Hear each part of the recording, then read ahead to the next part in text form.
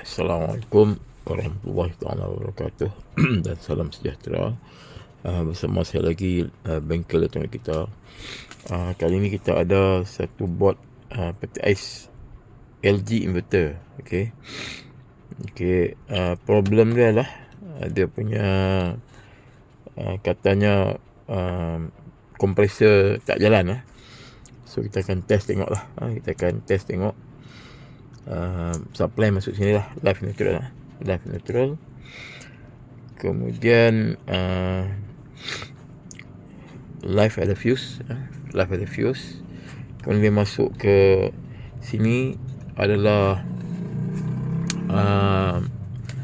sensor untuk kompresor. Sensor suhu untuk kompresor. Kalau dalam keadaan suhu normal, so dia live akan masuk ke sini, yang ujung ni ke kompresor, dan ada sensor suhu kat situ. Kalau normal, sensor suhu tu saya short lah. Kemudian daripada kompresor datang sini dan masuk ke bridge.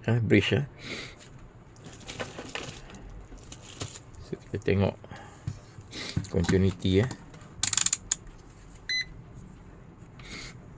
Okay, ini live fuse. Kerana dia main datang yang ujung ni, dia main kat ujung ni. Okay, kemudian ke kompresor, balik ke kompresor ke sini dan masuk ke bridge rectifier. Tapi kalau macam neutral, terus ke bridge. Okay, so ini kita kena bypass lah. Kita kena bypass untuk mengganti sensor suhu tu lah. Untuk kita nak test. Sini keluaran ni apa ni, kompresor lah, ke kompresor ni IPM. Ni keluaran daripada IPM UVW ni. Dan untuk kita nak test ni, kita terpaksa bypass sensor. Ada 3 sensor kat sini. Ni pin ni lah. Kita akan bypass. Dia ada sensor, kemudian sebelah dia ground. Sensor lagi sebelah dia ground. So kita akan bypass menggunakan perintang 4.7K. Perintang 4.7K yang kita akan solder bawah. Nanti saya akan tunjuk cara bypass tu lah. Saya akan tunjuk. Buat masa ni saya akan stop dulu video. Saya akan set up dulu. Kemudian saya akan tunjuk lah macam mana saya bypass tu. Saya akan tunjuk. So saya stop dulu untuk pendekkan video. Saya stop dulu. Okay, ni bypass. Bypass pakai 4.7 kilo ohm.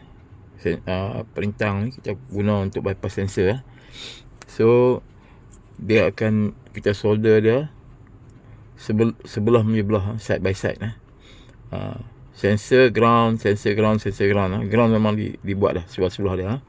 Kat sini dekat sensor ni lah, ada 3 sensor ni. Okay, so kita bypass dia macam ni. Okay, kalau tidak ada akan error lah. Pastikan jangan short lah. So saya akan masukkan supply. Saya akan set up sekejap ni untuk masukkan supply. Okay, saya dah set up dah. Ini live neutral masuk. Okay. Sekejap.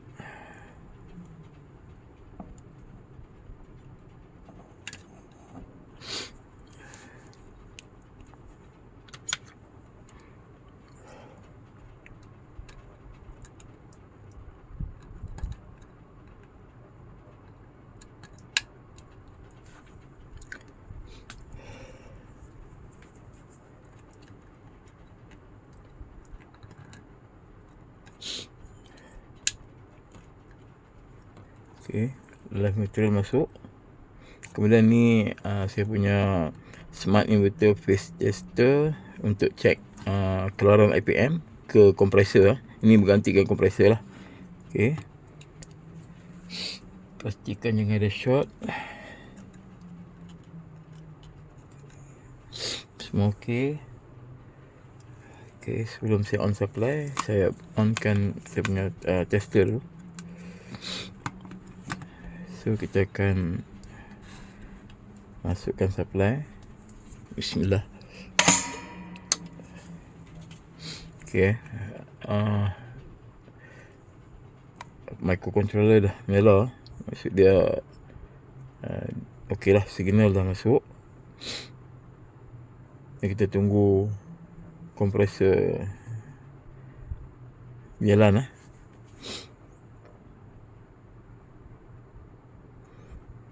Memang problem dia pun katanya adalah kompresor.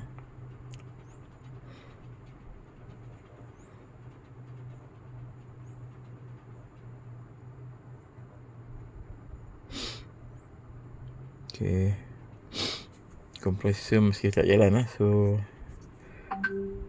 kita shock kompresor problem lah. So kita akan repair kompresor lah. Kita juga boleh check voltan kalau boleh kita check voltan voltan DC keluaran maksud dia ada voltan okey ke tak kita boleh check juga voltan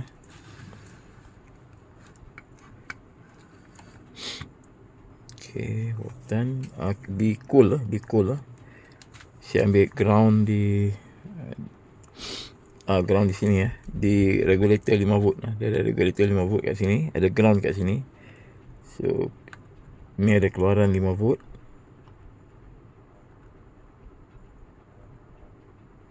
So 5 volt okey.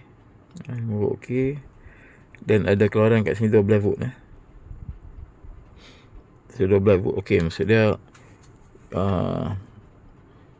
kita akan concentrate. Saya voltan okey, maksud dia switching mode power supply untuk board ni nampak macam okey lah. So kita akan concentrate pada kompresor lah.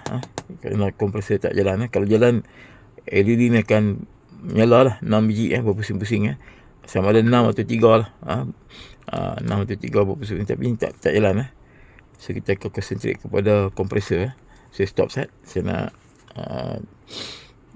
nak set up balik.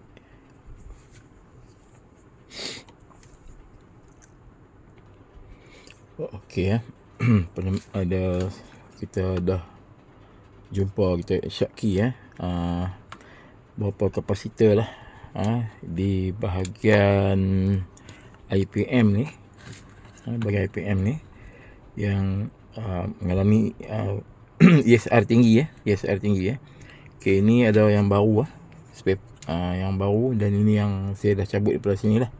So saya akan tunjuk sikit macam mana dikatakan ESR tinggi ni. Okey, ini ada komponen tester. So kita akan test yang kapasitor ni semua nilai 47 microfarad 25 volt. Cuma ada satu yang 35 volt ni yang yang akan bahagian supply kepada IPM. Supply kepada IPM supply 15 volt untuk hidupkan IPM. Okey. Jadi ini yang 35 volt. Inilah yang untuk supply pada IPM Kalau kita tengok nilai ESR dia, kalau kita tengok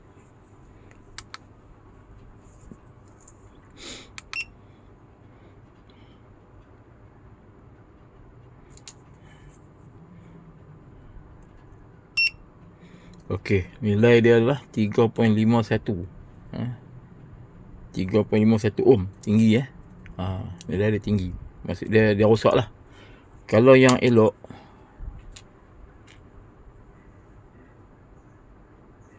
ini 25 volt.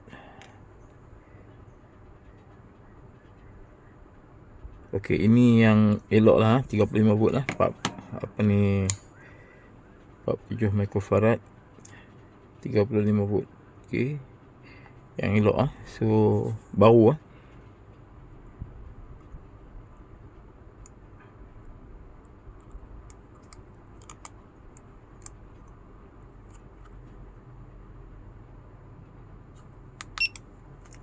tadi 35 ohm kita tengok yang ni, yang spare part ni, yang saya punya spare part yang baru lah, kemudian baru 0.34 ohm saja. Dia kena rendah. Nilai ESR dia tu patutnya rendah. ESR 0.34 ohm saja. Jadi ini tinggi sangat 3.5 ohm. Dan dia pula penting supply untuk IPM. Okey. Dan yang ni bootstrap lah. Bootstrap. Ni bootstrap. 47 microfarad, 25 volt saja. 25 volt lah. Tadi 35 volt, ni 25 volt. So kita tengok dia punya nilai dia. Nilai ESR dia.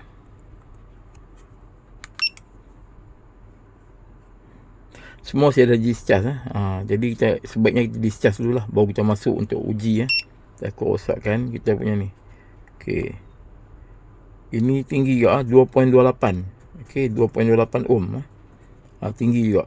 Kalau kita tengok yang baru, yang 47 microfarad 25 volt, yang baru ni spare part saya ni. Okey.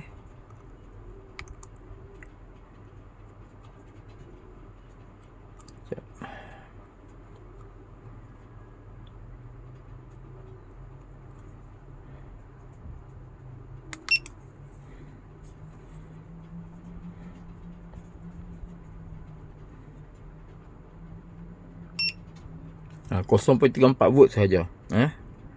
0.34 volt saja. Yang tadi 2.28 volt, tinggi ya. Hampir 2.28 ohm. Ini 0.34 ohm saja. Tak sampai 1. Jadi yang tadi tu agak tinggi ya. Sama juga yang lain yang bootstrap ada 3 ni. Yang bootstrap ada 3 ni. Sama jugalah. Ada 3 ni. Sama juga. Tinggi lah. So saya akan buat pergantian. Dan kita tengok macam mana lah. Saya stop set. Saya akan buat pematerian lah untuk ganti. Kemudian kita akan tunjuk lagi lah dia punya result dia. Okey. Saya dapati ada banyak jenis banyak lagi kerosakan ataupun problem dia. Di sini tengok kalau dapat lihat ada semut rupanya semut yang masuk. Semut masuk. Kemudian saya cuba untuk blow untuk keluarkan bangkai semut lah. Semut ni buat sarang tapi dia tak mau keluar, so saya terpaksa cabut IPM lah. Saya terpaksa cabut IPM. So buat ni dah banyak problem banyak problem. So saya akan keluarkan IPM. Kena hati-hati saya dah saka IPM ni. Saya dah pakai desoldering. So saya akan keluarkan IPM ni perlahan-lahan lah. Rupanya problem dia ni banyak bukan setakat ada kapasitor problem, tapi bila saya rujuk pada tuan dia semut punca pada semut yang menyebabkan kompresor tak jalan. Bila saya check tengok memang ada semut dalam sarang semut dalam IPM ni. So saya kena cuci dulu. Saya akan keluarkan IPM perlahan-lahan. Okey. IPM ni kecil kaki dia. Jangan silap takut track boleh rosak. Okey. IPM dah keluarkan. So kalau boleh tengok kesan sarang semut dia. Semut buat sarang dia punya. So kita kena cuci dulu lah. Masih ada lagi sarang semut dalam tu Dan saya akan cuci dulu. Kemudian saya akan sambung balik video. Video dah panjang sangat ni Okay, saya tunjuk sikit lah Saya cuci menggunakan IPA Saya cuci IPM ni menggunakan IPA. Pastikan betul-betul bersih lah Supaya takut bila kita pasang balik masih tak boleh lagi Itu yang kita takut Pastikan kesan-kesan daripada sarang semut tu. Kalau tengok kat sini kat sini ada lagi kesan sarang semut tu.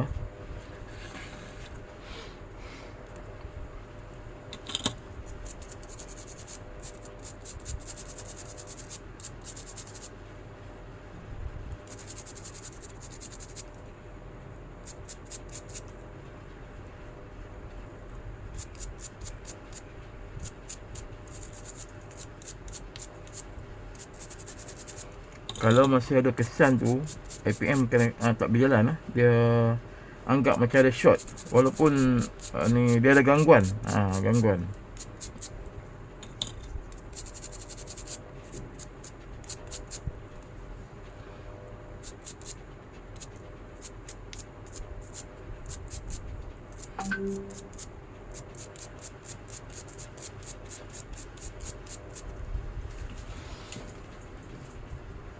Okay, saya stop dulu. Saya akan alhamdulillah IPM dah ada keluaran So ni keluar IPM. Dan saya juga dapati banyak sangat kapasitor yang ESR tinggi hampir semua 10 biji atau 11 biji lah. So ini ESR tinggi So saya dah tukar saya dah tukar So alhamdulillah dan semut pun saya dah cuci, saya dah pasang balik IPM. So keluaran dah. So kita akan bagi balik pada customer untuk testing lah.